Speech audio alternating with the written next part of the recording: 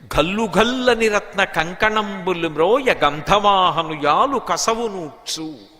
దక్షారామ క్షేత్రంలో ఉత్సవాలు జరుగుతున్నటువంటి రోజులలో తెల్లవారుజామున దేవాలయం తెరవడానికి ముందే వాయుదేవుని యొక్క భార్య వచ్చి చేతి యొక్క కంకణములు రత్నములతో కూడుకున్నవి గల్లు గల్లుమని చప్పుడవుతుండగా ఆ క్షేత్రాన్నంతటినీ కూడా చీపురు పట్టుకు తుడుస్తుంది.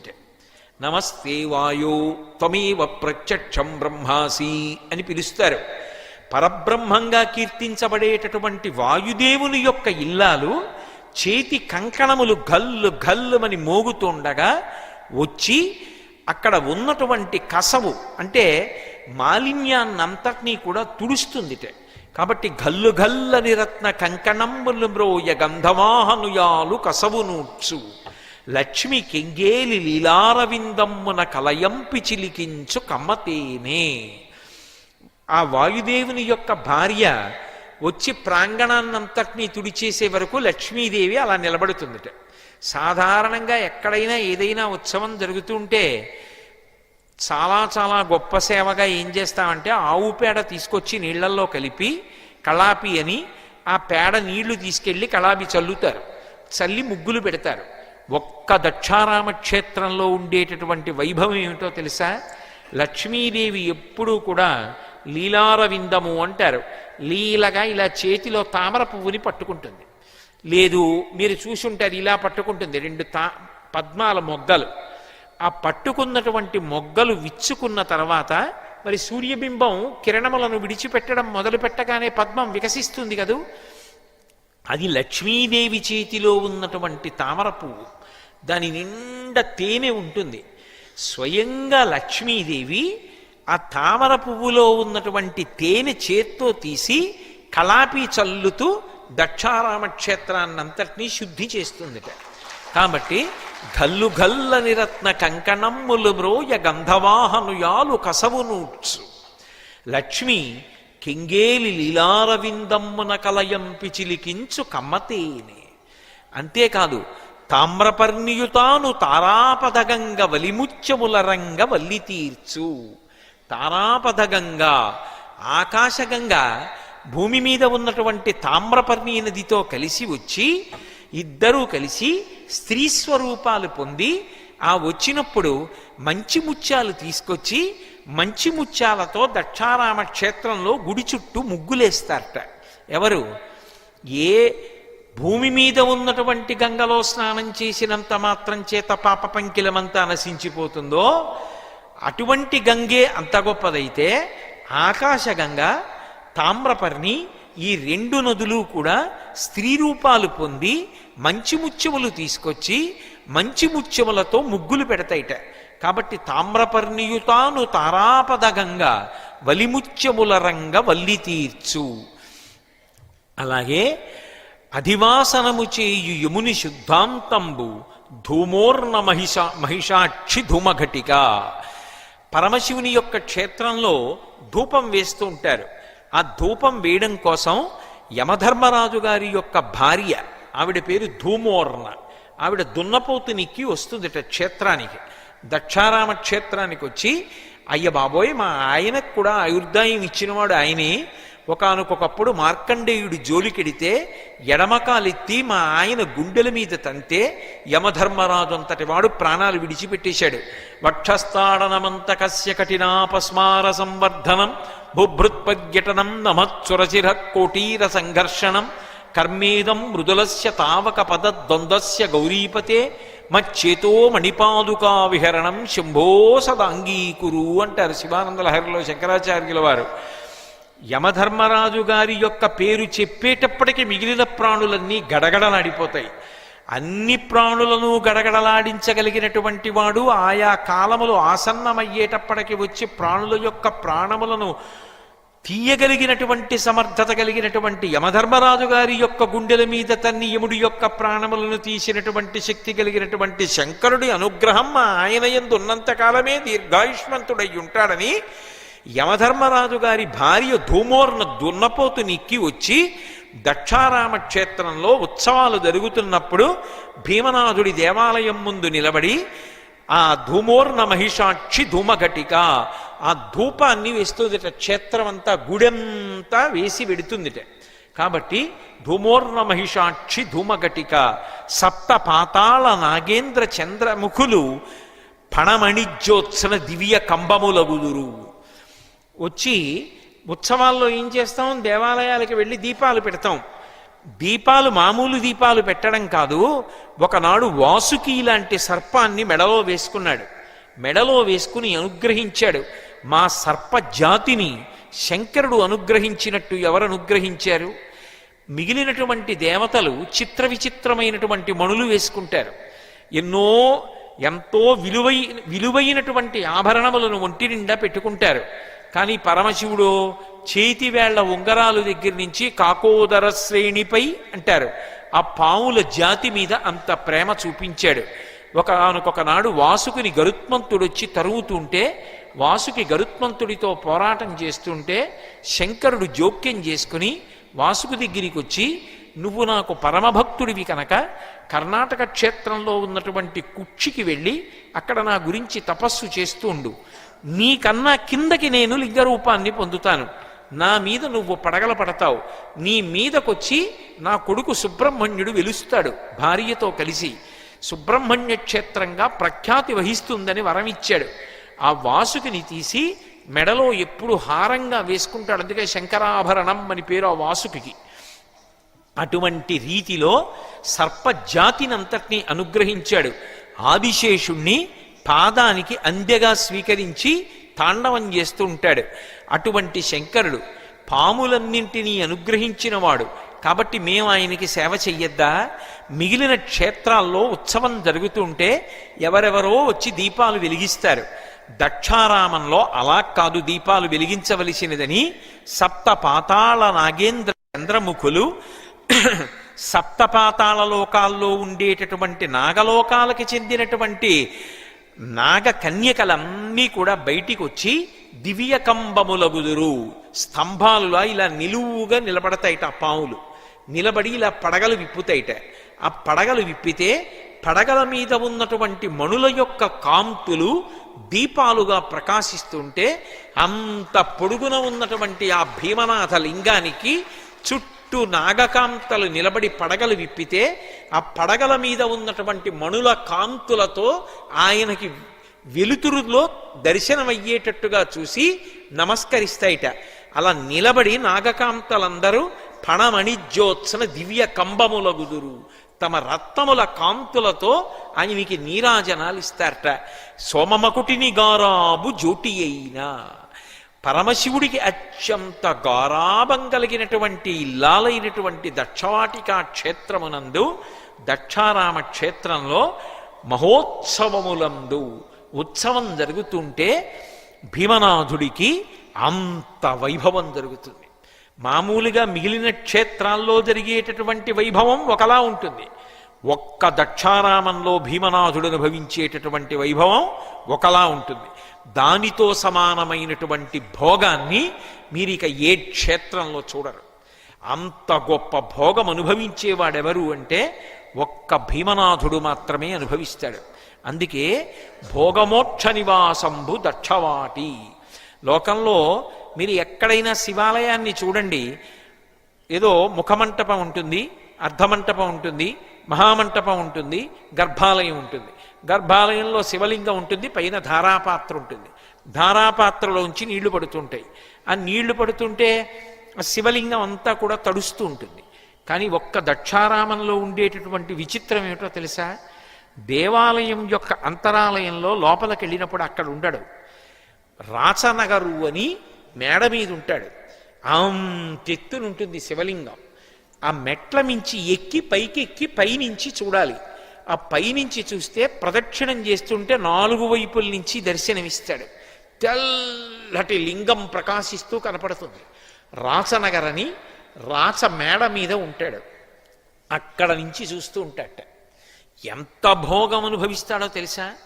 మిగిలిన క్షేత్రాలకి దక్షారామ క్షేత్రానికి ఎక్కడా పోలికుండదుట. అంత భోగం అనుభవిస్తాడు, అంతగా అనుగ్రహప్రదాత అయి మోక్షమిస్తాడు. అందుకే సాధారణంగా లోకంలో ఏవైనా లౌకికమైనటువంటి కోర్కెలు తీరక బాధపడుతున్న వాళ్ళు కానీ, జ్ఞానం కోసం కానీ, మోక్షం కోసం కానీ ఆర్తి పొందుతున్న వాళ్ళు కానీ సమానంగా ఏ క్షేత్రాన్ని ఆశ్రయిస్తారు అంటే దక్షారామ క్షేత్రాన్ని ఆశ్రయిస్తారు. మీకు ఆశ్చర్యకరమైన విషయం ఏమిటో తెలుసా? దక్షారామ క్షేత్రానికిట ప్రయత్నపూర్వకంగా భీమనాథ దర్శనం కోసం వెళ్ళక్కర్లేదుట. కేవలంగా ఎవరో దక్షారామ క్షేత్రంలో మన బంధువులో స్నేహితులో ఎవరో ఉన్నారనుకోండి, అది తెలిసినటువంటి వాళ్ళ ఇంట్లో ఎవరో ఒక మహావృద్ధుడు ఒకడు శరీరం విడిచిపెట్టాడు. ఆ శరీరం విడిచిపెడితే పరామర్శ కోసం వెళ్ళారు.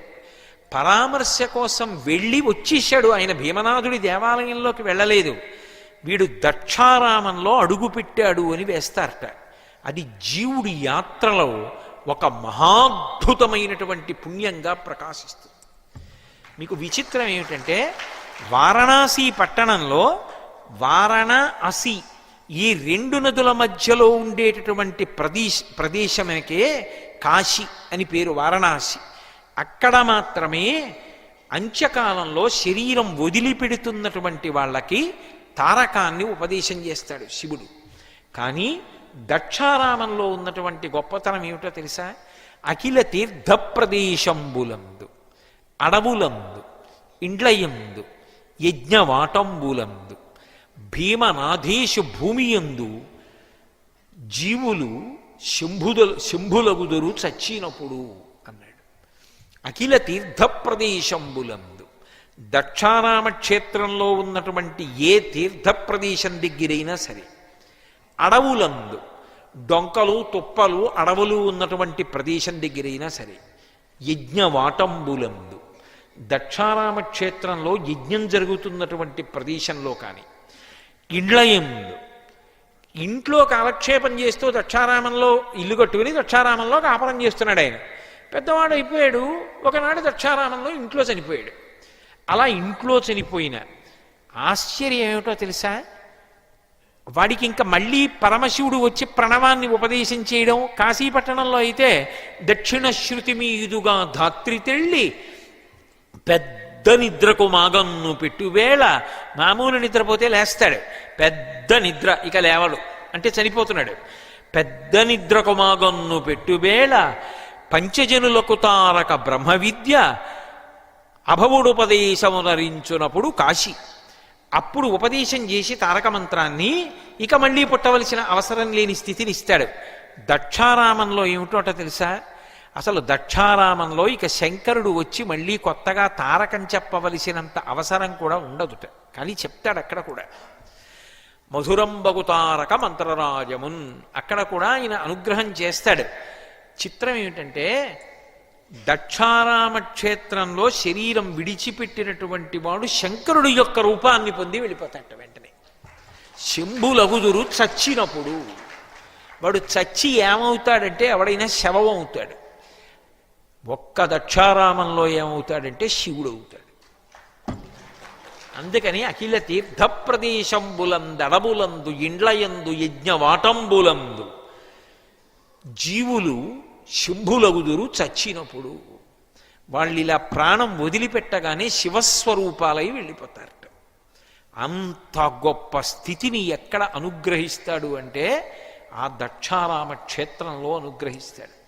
అందుకే అంబ పార్వతీనాతోడ అనతిచ్చే కాశీ ఎక్కుడు క్షేత్ర సంఘములలోన, కాశికన్నను ఎక్కుడు వైభవమున, భోగమోక్ష నివాసంబు దక్షవాటి. భోగానికి భోగం గాని, మోక్షానికి మోక్షం గాని దక్షవాటమే. ఆ దక్షారామ క్షేత్రం అంత అద్భుతమైన క్షేత్రం. మిగిలిన క్షేత్రాలకి దక్షారామ క్షేత్రానికి పరమశివుని యొక్క నివాసంలోనే చాలా గొప్ప భేదం ఉంటుంది. అసలు ఏమిటో తెలుసా? అసలు దక్షారామ క్షేత్రం దగ్గరికి వెళ్ళేటప్పటికీ ఆయన ఆ క్షేత్రంలో ఏనుగు చర్మాన్ని కట్టుకోట. మిగిలినటువంటి క్షేత్రాల్లో అయితే గజ చర్మం ధరిస్తాడు. ఎందుకంటే అక్కడ గజాసురుడిగా వరం ఇచ్చాడు కాబట్టి కాశీపట్టణంలో అది దుర్వాసన రాదు. నెత్తురోడుతున్నటువంటి ఏనుగు చర్మాన్ని కట్టుకుంటాడు. పులి చర్మాన్ని ఉత్తరీయంగా వేసుకుంటాడు. కానీ ఒక్క దక్షారామ క్షేత్రం దగ్గరికి వెళ్ళేటప్పటికి మాత్రం ఆయన ప్రతినిత్యంబు ధరించు పసిడి కమ్మల పట్టు పచ్చలంబు. ఆయన మంచి పట్టు పుట్టాన్ని, అది కూడా బంగారపు తీగలతో చేసినటువంటి అలంకారంతో ఉన్నది, బంగారు తీగలతో దానికి కింద అంచులు కుట్టినటువంటి గొప్ప పట్టుబట్టని, పచ్చటి పట్టుబట్టని ధోవతీగా కట్టుకుంటాడట, పంచగా కట్టుకుంటాడు. కాబట్టి ఒక్క ఆ క్షేత్రం దగ్గరికి వెళ్ళేటప్పటికి మాత్రం ఆయన మిగిలినటువంటి క్షేత్రాల్లా ఏనుగు చర్మాన్ని, పులి చర్మాన్ని కట్టుకోటాడు. ఇంకా విశేషం ఏమిటంటే దక్షారామం దగ్గరికి వచ్చేటప్పటికి మాత్రం ప్రతిదినంబు గజచర్మం ఎన్నో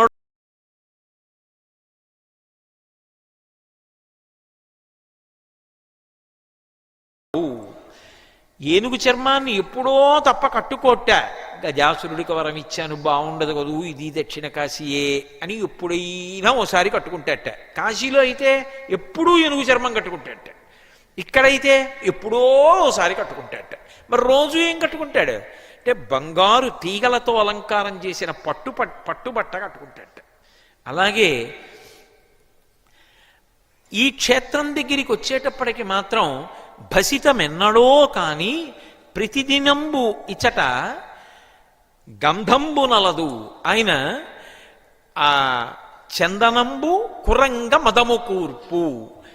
ఏదో మిగిలినటువంటి క్షేత్రాల్లో అయితే భస్మ అలదుకుంటాడు, ఒళ్ళంతా విభూతి రాసుకుంటాడు. మనం ఆ ఉజ్జయిన్ క్షేత్రానికి వెడతాం.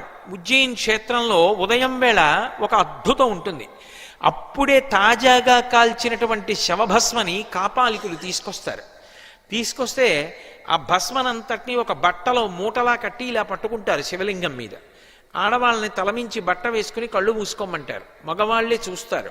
చూస్తున్నప్పుడు ఆ భస్మ యొక్క ఆ బట్ట మూట మీద చేత్తో కొడతారు అర్చకులు.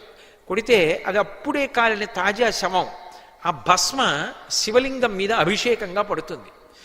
మిగిలిన ఏ క్షేత్రంలోనైనా సరే ఇలా నీళ్లు పోసి అభిషేకం చేసేసి విభూతి తీసుకొచ్చి తడిపి ఆయనకి 3 విభూతి రేఖలు పెట్టి కొంచెం చందనం పెట్టి బొట్టు పెడతారు.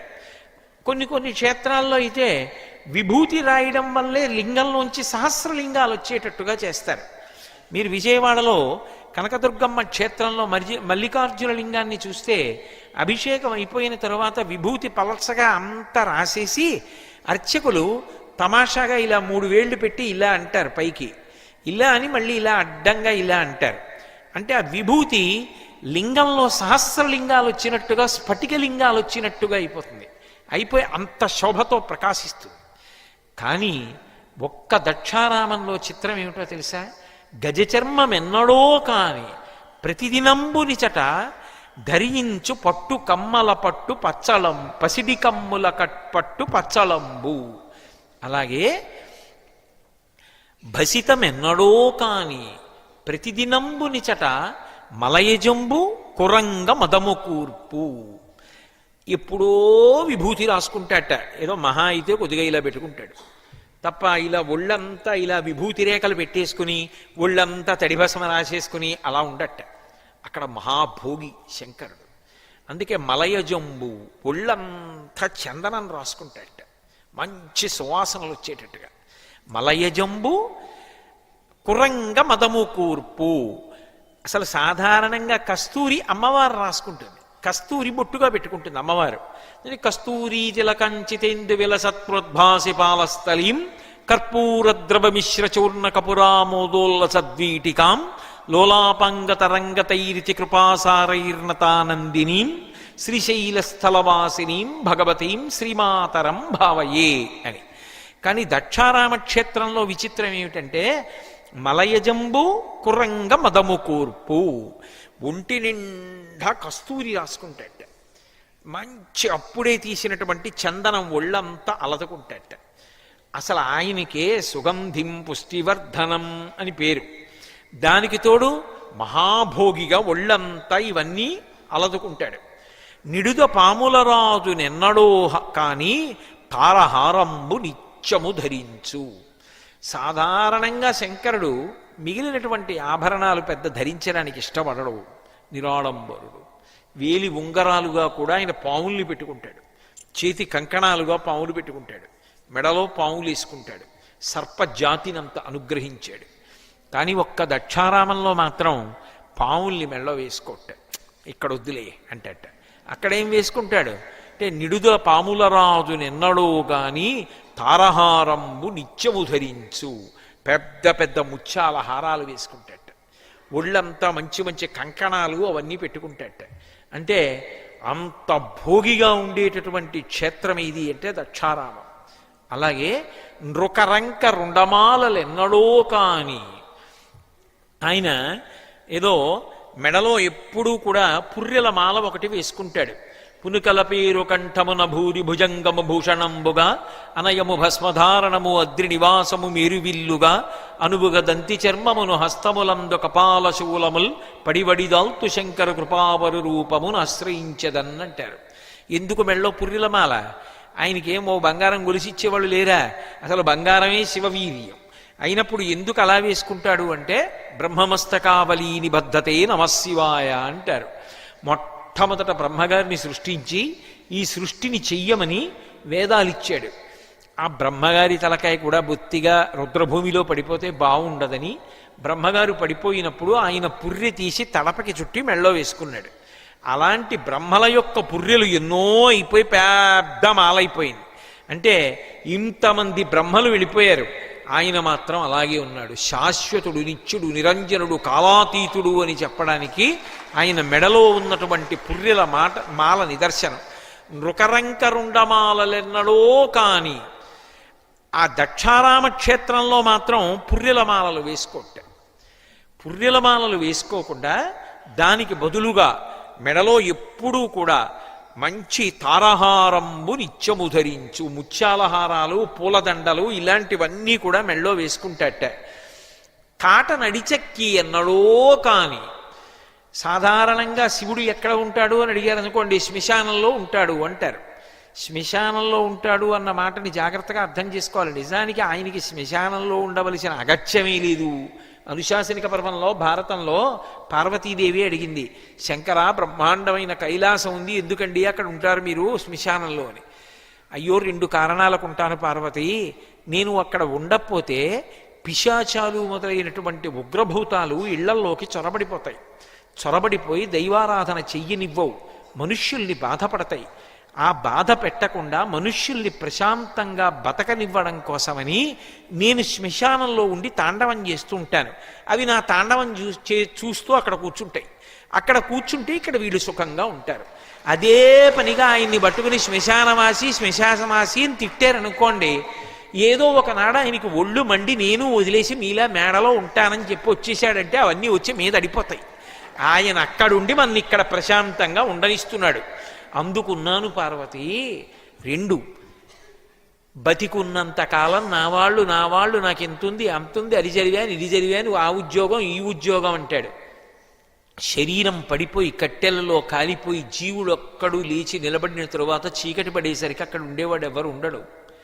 అప్పుడు భయపడుతూ ఉంటే నేనున్నానురా అని ఓదార్చడానికి అక్కడ నిలబడతానన్నాడు. కాబట్టి కాట నడిచెక్కి ఎన్నడో కాని దక్షవాటిక స్వర్ణ సౌధముల మీద, ఆయన శ్మశానవాటికలో ఎప్పుడో కాని ఓసారి అలా వెళ్ళి రాట్ట. మరి ఎక్కడుంటాడు దక్షారామంలో అంటే స్వర్ణ సౌధముల మీద, కింద అంతరాలయంలో ఉండట. అందుకే మేడ మీద ఉంటాడు. మెట్లెక్కి పైకెక్కాలి. పైకెక్కితే పైన ఉన్నటువంటి ఆలయంలో శివలింగానికి అభిషేకాలు జరుగుతుంటాయి. కాబట్టి కాట నడిచెక్కి ఎన్నడో కాని దక్షవాటిక సర్ణ సౌధముల మీద పిశాచులనెన్నడో కాని ఇందు ముకులను ఎల్లకాలంబు తలచు భీమేశ్వరుండు. ఆయన సాధారణంగా శంకరుడు పిశాచాది ప్రమదగణాలన్నింటినీ కూడా దగ్గర పెట్టుకుంటుంటాడు. అయితే మీరు ఒక ప్రశ్న వెయ్యొచ్చు, ఎందుకండి అలా పెట్టుకోవడం అని. నాకు 10 మంది కొడుకులు ఉన్నారనుకోండి, అందులో 3 ఐఏఎస్లు అనుకోండి, 3 ఐఏఎస్లు, 4 డాక్టర్లు, 2 ఐపీఎస్లు, ఒకడు పెద్ద జేబు దొంగ ఉన్నాడు అనుకోండి. నా షష్ఠి పూర్తికి ఐఏఎస్ఎల్ని ఐపీఎస్ఎల్ని డాక్టర్లని పిలుస్తానా, జేబు దొంగని కూడా పిలుస్తానా? వాడు జేబు దొంగ అయినా నా కొడుకు.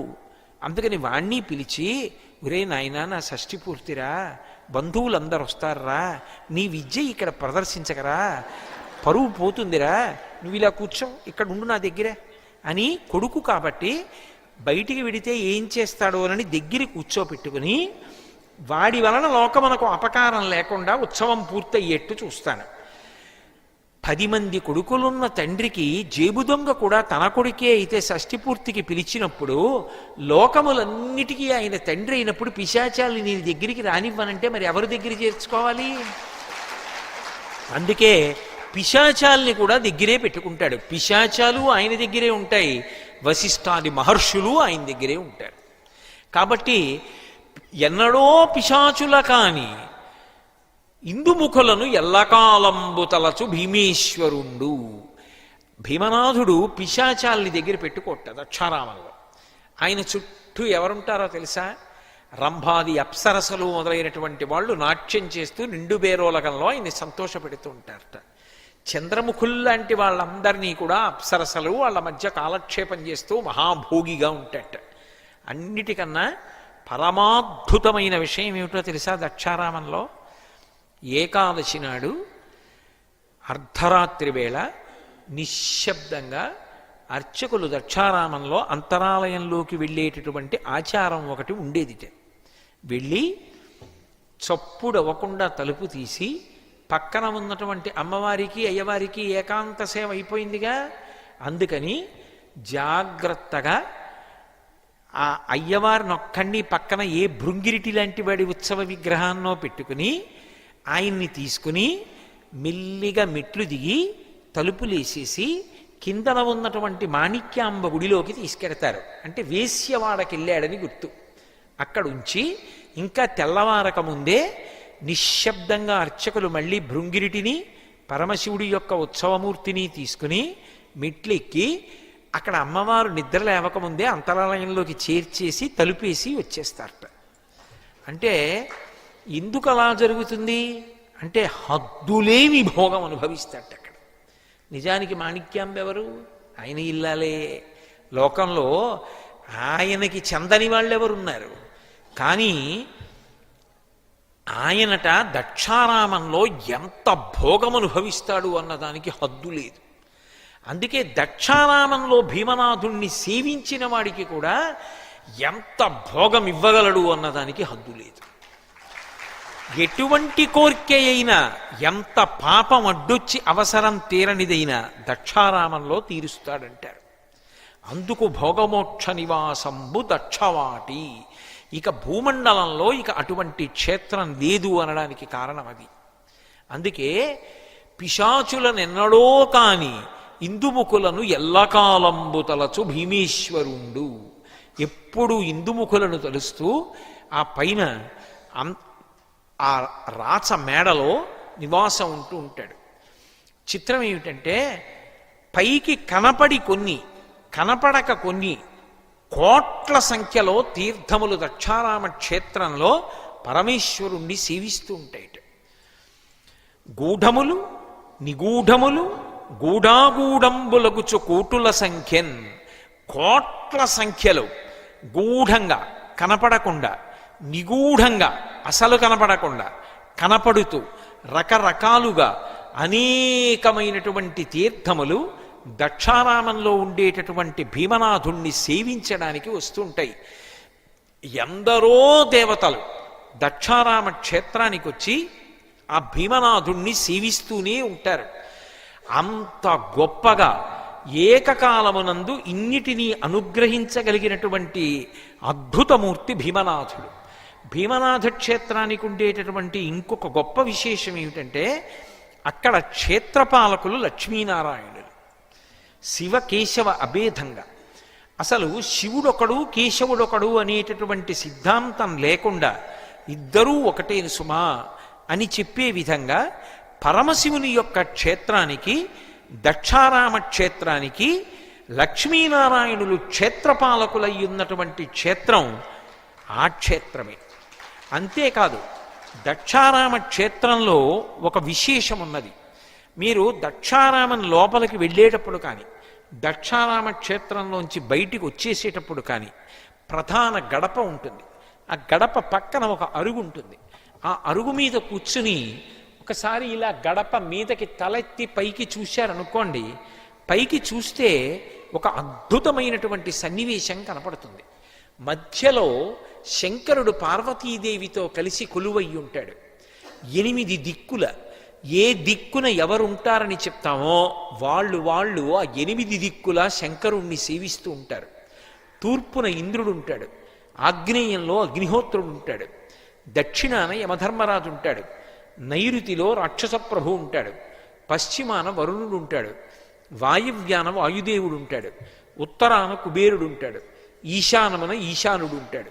ఉండి యనమండుగురు కూడా చామరం వేసి శంకరుణ్ణి సేవిస్తూ ఉంటారు. సేవిస్తూ ఉండగా పైన పార్వతీ సహితుడై పరమశివుడు కూర్చుని ఉంటాడు.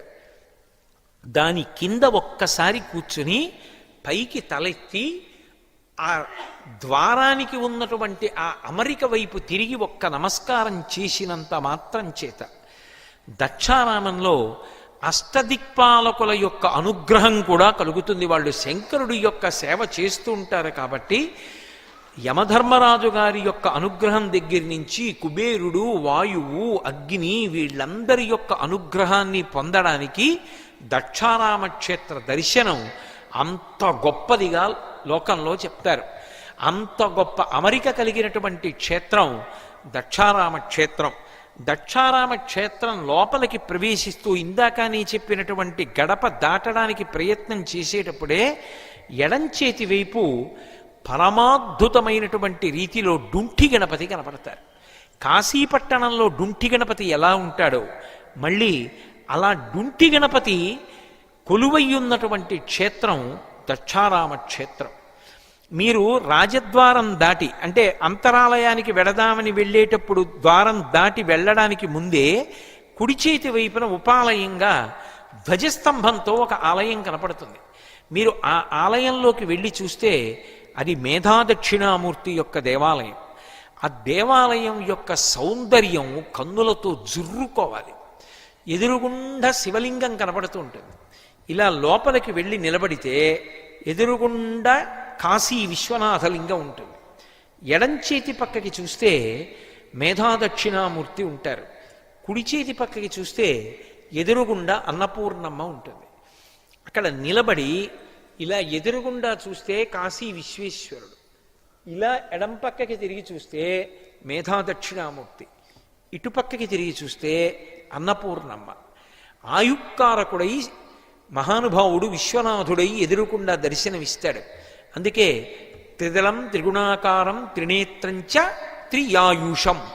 త్రియాయుషం అన్న మాటకు అర్థం ఏమిటంటే 3 ఆయుర్దాయువులను చూడగలిగినటువంటి అదృష్టాన్ని ఇస్తాడు. వార్ధక్యం అంటే పెద్ద వయస్సులో చేరుకుంటాడు, అపమృత్యు దోషాన్ని తీసేస్తాడు. మధ్యలో శరీరం పోవలసినటువంటి అగత్యాన్ని పోగొడతాడు ఒక్క మారేడు దళం చేత. పోగొట్టి త్రియాయుషం బాల్యము, యవ్వనము, కౌమారము ఈ 3 రకాలైనటువంటి ఆయుర్దాయాన్ని దాటి వార్ధక్యంలోకి వెడతాడు. అంటే దీర్ఘాయుష్మంతుడై కలియుగంలో 100 సంవత్సరములు బ్రతకమని ఆశీర్వచనం కనుక 100 సంవత్సరముల ఆయుర్దాయాన్ని పొంది భిన్నమైనటువంటి రీతిలో శరీరం విడిచిపెట్టవలసిన అవసరం లేకుండా అపమృత్యు దోషాన్ని తొలగించేటటువంటి రీతిలో మారేడు దళముల చేత పూజింపబడేటటువంటి విశ్వనాథ లింగము ఎదురుగుండా కనపడుతూ ఉంటుంది. కేవలము ఆయుర్దాయంతో ఉండి ప్రయోజనం ఏమిటి? దరిద్రంతో బాధపడకూడదు. ఒకరి దగ్గర చెయ్యి చాపి తినవలసినటువంటి అవసరం ఉండకూడదు. బ్రతికి ఉన్నంత కాలం ఒకరి దగ్గర చెయ్యి చాపకుండా ఒకరికి పెట్టి తాను కడుపు నిండా తినగలగాలి. అందుకే అనాయాసేన మరణం వినా దైన్యేన జీవితం. దైన్యం లేని జీవనం కావాలి. అలా దీనత్వం లేకుండా హాయిగా తాను కడుపు నిండా తిని 10 మందికి అన్నం పెట్టగలిగినటువంటి శక్తి దేని వలన వస్తుంది అంటే అన్నపూర్ణమ్మ యొక్క అనుగ్రహం చేత వస్తుంది. ఎదురుగుండా అన్నపూర్ణమ్మని మీరు చూసి తీరాలి. కుడి చేతిలో ఇలా గరిట పట్టుకుని ఉంటుంది, ఎడం చేతిలో అమృత పాత్ర పట్టుకుని ఉంటుంది. అలా పట్టుకుని ఉన్నటువంటి తల్లి మీరు ఇలా నిలబడితే ఎదురుగుండా ఆయుక్కారకం, ఇలా కుడి చేతి పక్కకి తిరిగితే బ్రతికున్నంత కాలం లోటు లేకుండా అన్నం పెట్టగలిగినటువంటి అన్నపూర్ణ. కేవలముగా దీర్ఘాయుర్దాయాన్ని పొందడం, బతికున్నంత కాలం రోగం లేకుండా తినడం, అదే నా జీవితానికి పరమార్థం కాదు.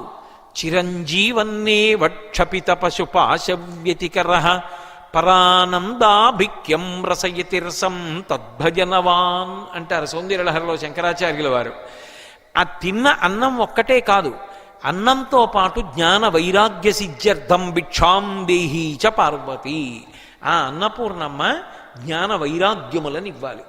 ఏదో ఒక వయస్సులో 3 తరాలు చూసేసిన తర్వాత అయినా ఈ సుఖాలన్నీ సుఖాల, భగవంతుణ్ణి నమ్ముకుని కష్టమైన సుఖమైన సాక్షి మాత్రంగా గాలి విడిపోతున్నప్పుడు సన్నజాజి పందిరి మించి వెడితే అబ్బా సువాసన అంటారు, కుక్క కళేబరం మించి వెడితే అబ్బా దుర్వాసన అంటారు. అయినా గాలి కుక్క కళేబరం మించి వెళ్ళడానికి వెనకాడదు, సన్నజాజి పందిరి మించి వెళ్ళిపోవడానికి పొంగిపోదు. పొంగు కుంగు లేకుండా ఎప్పుడూ ఒకలా ఉండగలిగినటువంటి వైరాగ్య సంపత్తిని పొందాలన్నా, జ్ఞానమును పొందాలన్నా అన్నంతో పాటుగా అన్నపూర్ణమ్మ అనుగ్రహిస్తే, మేధాదక్షిణామూర్తి యొక్క అనుగ్రహం కలిగితే, ఆయన యొక్క అనుగ్రహ విశేషం చేత జ్ఞానమును పొందితే, ఆ జ్ఞానము వలన ఇక మళ్ళీ పుట్టవలసినటువంటి అవసరం లేని పరమాద్భుతమైన పునరావృత్తి రహిత శాశ్వత శివ సాయుధ్య స్థితిని పొందుతాడు. సరస్వతీ కటాక్షాన్ని, గొప్ప జ్ఞానాన్ని ఇవ్వగలిగినటువంటి మేధాదక్షిణామూర్తి మనం శివలింగానికి ఎదురుగుండా నిలబడినప్పుడు ఎడమవైపు కనపడతాడు, కుడివైపు అన్నపూర్ణమ్మ.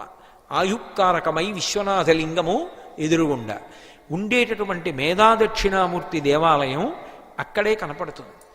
ఇప్పుడు అలా జరగట్లేదు, కానీ దక్షారామ క్షేత్రంలో ఇప్పటికీ మీరు పరిశీలించి చూస్తే గుడి బయట కూడా అనేక చోట్ల మంటపాలు కనపడతాయి. ఒకప్పుడు అన్ని ఉత్సవాలు జరిగేవిట.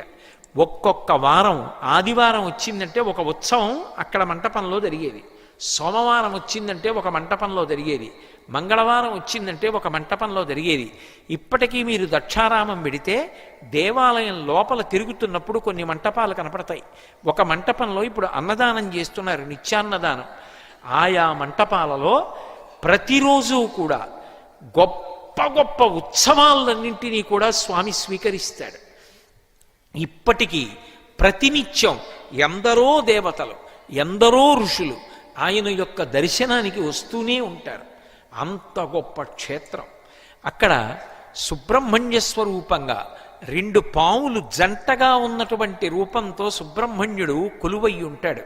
అందుకే సంతానకారకత్వాన్ని ఇస్తాడు. భైరవుడు అంటే భై అనేటటువంటి రవం చేస్తాడు.